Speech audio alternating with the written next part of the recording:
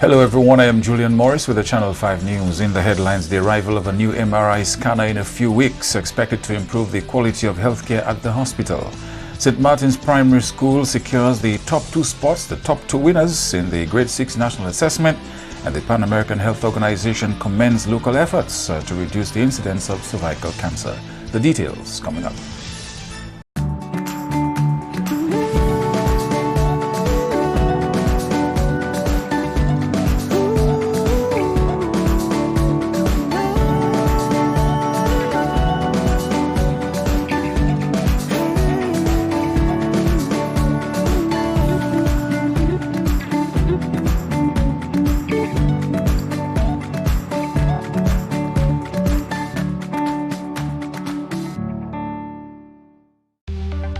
Here are some tips to reduce mosquito presence in and around your home. Keep water storage containers properly covered. Remove containers that can collect water from your surroundings. Keep garbage bins tightly covered.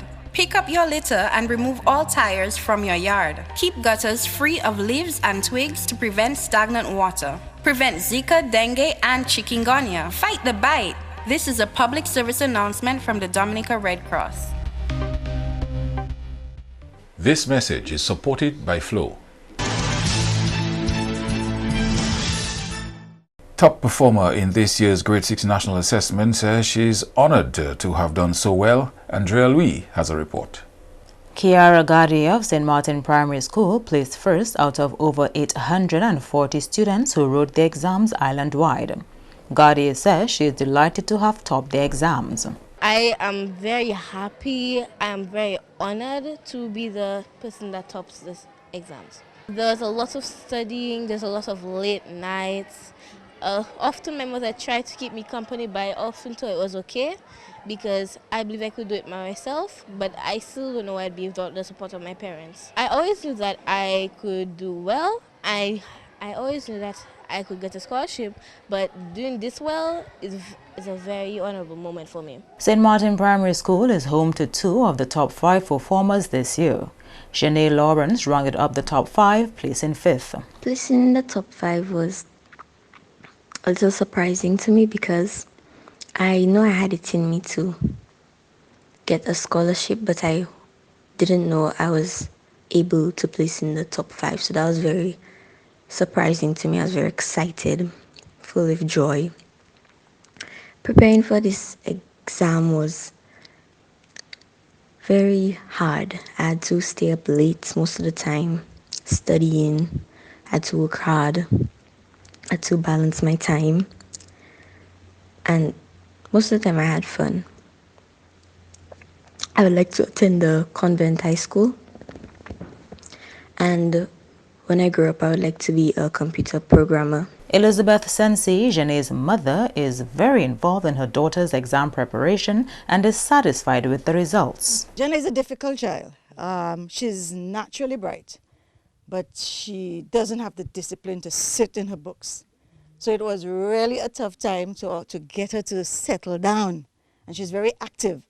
Her attention span is that small. So it was very difficult working with her. But she's naturally bright, so I always knew, I always expected good from her. You know, but did I expect her to be in the top 5? I must say no, I expected a scholarship. But I'm happy. I wasn't totally surprised. Principal of the St. Martin Primary School is happy to have secured 2 of the top 5 places in this year's national exam and says the summer work plan is being fine-tuned for the incoming group of grade 6 pupils. One of our areas is accountability. Teachers have to be accountable for students' performance. So I am sure you noticed that today I do evaluations with my teachers, and they will tell you where they think that the children went wrong and what are the areas that we need to work on. So already from next week, when we meet, we plan on what were the students' weak areas, and as a school, we decide, okay, for example, I can give you one of our areas is composition. And therefore, during the summer, the teachers will look for new strategies, new ways of teaching composition. So I think a whole school approach as well in terms of it's not just the grade 6, that from grade K You have to be held accountable for what my students learn. St. Martin Primary School obtained 22 scholarships and 16 bursaries from the 90 children who sat the exams. The second place in this year's national exam went to Shante Avril of the Ebenezer SDA Primary School. I felt good when I heard the news. Made me happy. I was expecting to be in the top 10, hopefully, but I got in the top 5, which is even better. So I feel good about it. When I was preparing for the exams, it was difficult. I had to work hard. I had to learn a lot of things because I didn't know what was going to be on the exam. Anything could be on the exam, even though we had a list of things that we had topics that we were going to most likely have on the exam. I still wasn't exactly sure what would be on it, so I had to be ready for anything. Principal of the Ebenezer SDA Primary School, Ursula Edwin, says the result does not come as a surprise. I feel great. It's exciting, and I expected it. I really this year was looking forward to be number 1, 2, and 3 on Island. Honestly, I looked forward to it. I told the children this year we are making the news. Number 1, 2, and 3 for Ebenezer. But we got the second place, and so we're excited still. Well, as we always say, success breeds success. That's number 1. And number 2, we motivate, we encourage, we do sessions with the students, encourage them to strive for excellence at all time. We do extra classes. Those who are weak, we work with them during the summer to build up their confidence for the class in September. And we just monitor their grades throughout and show them when they're going weak and try to get them to improve on weak areas. Ebenezer SDA secured 8 scholarships and 2 bursaries from a group of 29 pupils. Meanwhile, 3rd and 4th place in this year's Grade 6 National Assessment were copped by Kobe Dabru and Kamal Peter, respectively, of the Convent Prep. Andrea Louis, Channel 5 News. Prime Minister Skerrit says Dominica has an electoral system that has not changed since 1978. He says this system has allowed the conduct of credible elections at every general election. He says under that system, all the major political parties have been voted into and out of power under the same system. This Labour Party government was the first government to have invited electoral observers to observe our elections. They have done so both in 2009 and 2014 and pronounced these elections credible. We accept that our system can be improved, and this is why this government, since 2013, has been working towards the implementation of recommended reforms to make it mandatory to use identification cards for voting and to ensure that we can have a more accurate register of electors. The Prime Minister says his administration has done quite a lot in terms of implementing the necessary legislative and other changes. All of the requirements set out and the funding requested by the Electoral Commission have been made available to it in a timely manner. The Commission has indicated to the public since 2016 that all it requires in order to move forward is the legislative authority. The attempts to bring this legislation to Parliament has been resisted by some who fail to realize and appreciate that this legislation achieves the very thing that they claim to want. The Electoral Commission requested and received the support of an expert from the Commonwealth to guide them on electoral matters. That expert reviewed the draft legislation, and apart from reservations expressed on provisions of the bills which have since been removed, found that the process for confirmation of electors and revision of the register met the standards of international best practice. The Prime Minister says over the last few months the public has been bombarded with misinformation, half-truths and outright lies by people who pretend to want electoral reform. He says those individuals have done everything to frustrate the process. The Pan American Health Organization is commending Dominica's moves to reduce cervical cancer cases in the country. We go again to Andrea Louis for more. In September last year, Ministers of Health of the Americas, Dominica included, agreed on a plan to reduce cervical cancer by a third in the region by 2030.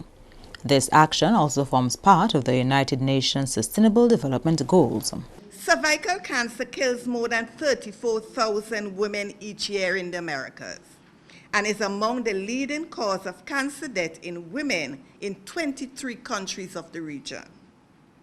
In 2013, a cervical cancer assessment was done by Peru, and it was highlighted to be the second leading cause of cancer death among women. Closer home, in the Commonwealth of Dominica, laboratory diagnosis of cervical cancer range from 10 cases in 2014, 12 in 2015, 10 cases in 2016, 2 in 2017, and in 2018 is up again to 7 cases. On Thursday, Health Minister Dr. Kenneth Daru announced an HPV vaccination program for over 800 preteen students in an effort to prevent and control cervical cancer. Wilson says this vaccination campaign is among actions agreed upon at the regional meeting. Now, vaccinating girls before starting having sexual activity is very important in primary prevention intervention and in a comprehensive cervical cancer and prevention program. Now, the vaccine do not treat pre-existing HPV infection or HPV-associated disease. This is why vaccination is recommended prior to sexual initiation. Apart from the vaccination of preteen children, regular screening is seen as key in helping reduce and prevent cervical cancer. Besides vaccination and education, screening of cervical precancer is of utmost importance in early detection and treatment. Thus, early detection by screening all women in the target age group followed by treatment of detected precancerous lesions can prevent most cervical cancer. The Pan American Health Organization, World Health Organization, recommends that cervical cancer screening should be performed at least once for every woman in the target age group where most can benefit and where we can achieve the most. Wilson was speaking at a national cervical cancer consultation to review the revised cervical cancer guidelines. You are watching Channel 5 News. We'll have more after this.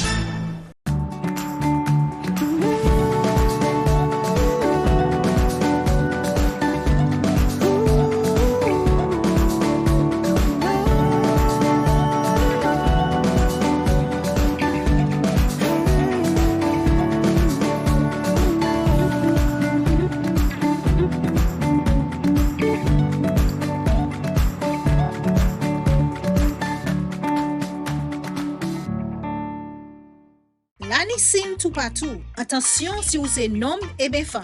Visitez place santé pour examiner corps. Ça c'est un nick pour yo ouais si la ni pièce moun au lion qui ni maladie TB et bien maladie sexuelle. En compagnie moun qui ni maladie HIV pe ni TB aussi. Savent qui la ni guérison pour TB. Ou ça vivre en bonne santé même si ou ni maladie HIV. Parlez by docteur. Prends responsabilité. Aidez du bout si maladie TB et HIV. Ou agir tout le monde pour examiner corps yo.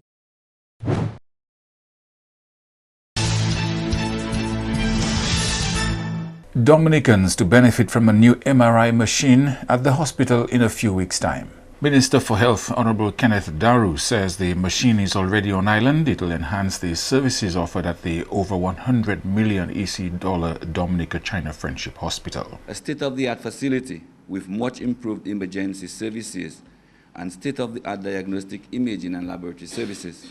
Truly a facility that once completed promises to be one that each and every Dominican will be proud of. Speaking of which, I would like to announce the arrival to our shores sometime last week for the first time in our nation's history of a brand new MRI machine to be implemented and ready to serve our population within the next few weeks. Not to mention the much talked about exciting cutting-edge technology of the high-intensity frequency ultrasound to be used in the treatment of various malignancies, especially prostate cancer. Daru says it's an exciting time for the health sector as a lot of work is ongoing to develop the health system. I could speak to the $5 million increase in our annual pharmaceutical budget and to the 15 local doctors who have completed or are completing postgraduate studies in a number of exciting disciplines never before available to you here on Island.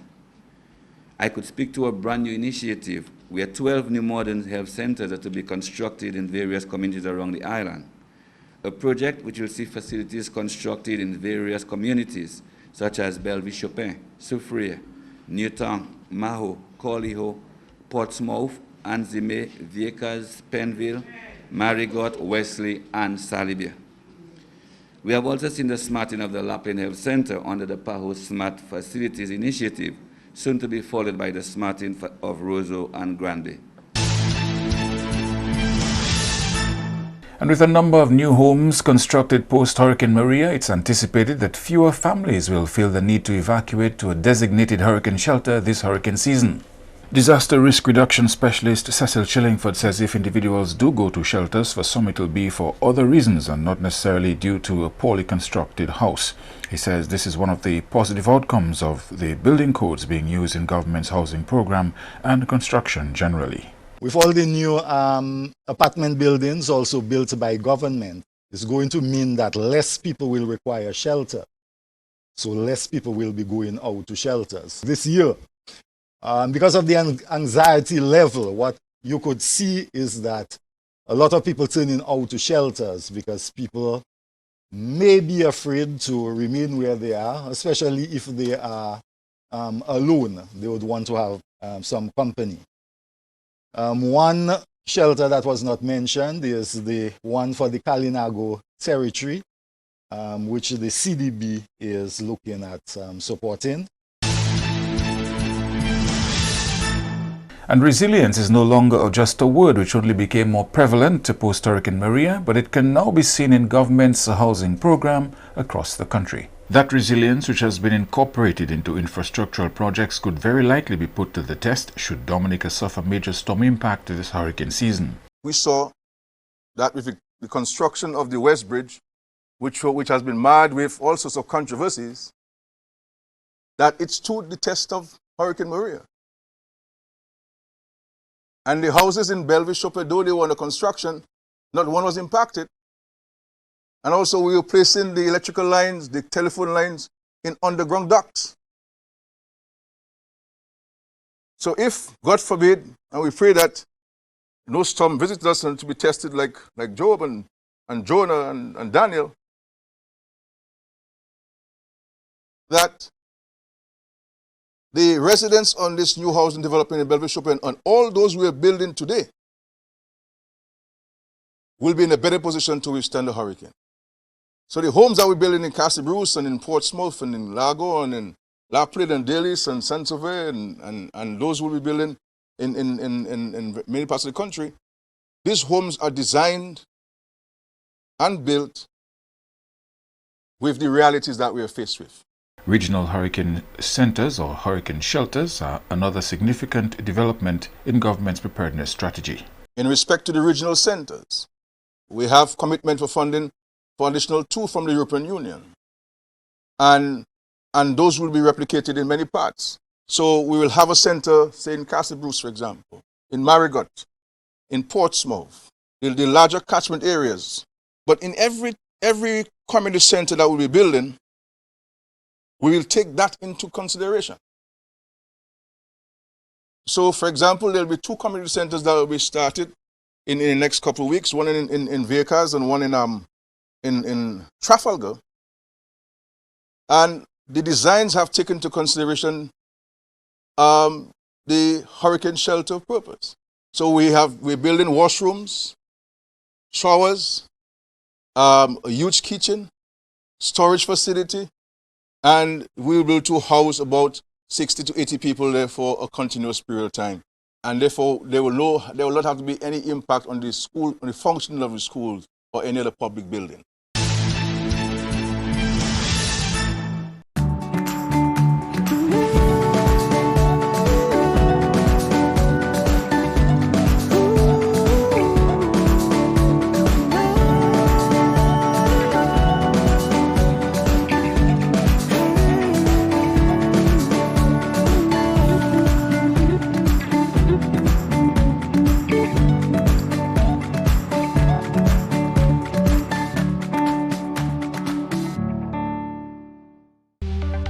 Here are some tips to reduce mosquito presence in and around your home. Keep water storage containers properly covered. Remove containers that can collect water from your surroundings. Keep garbage bins tightly covered.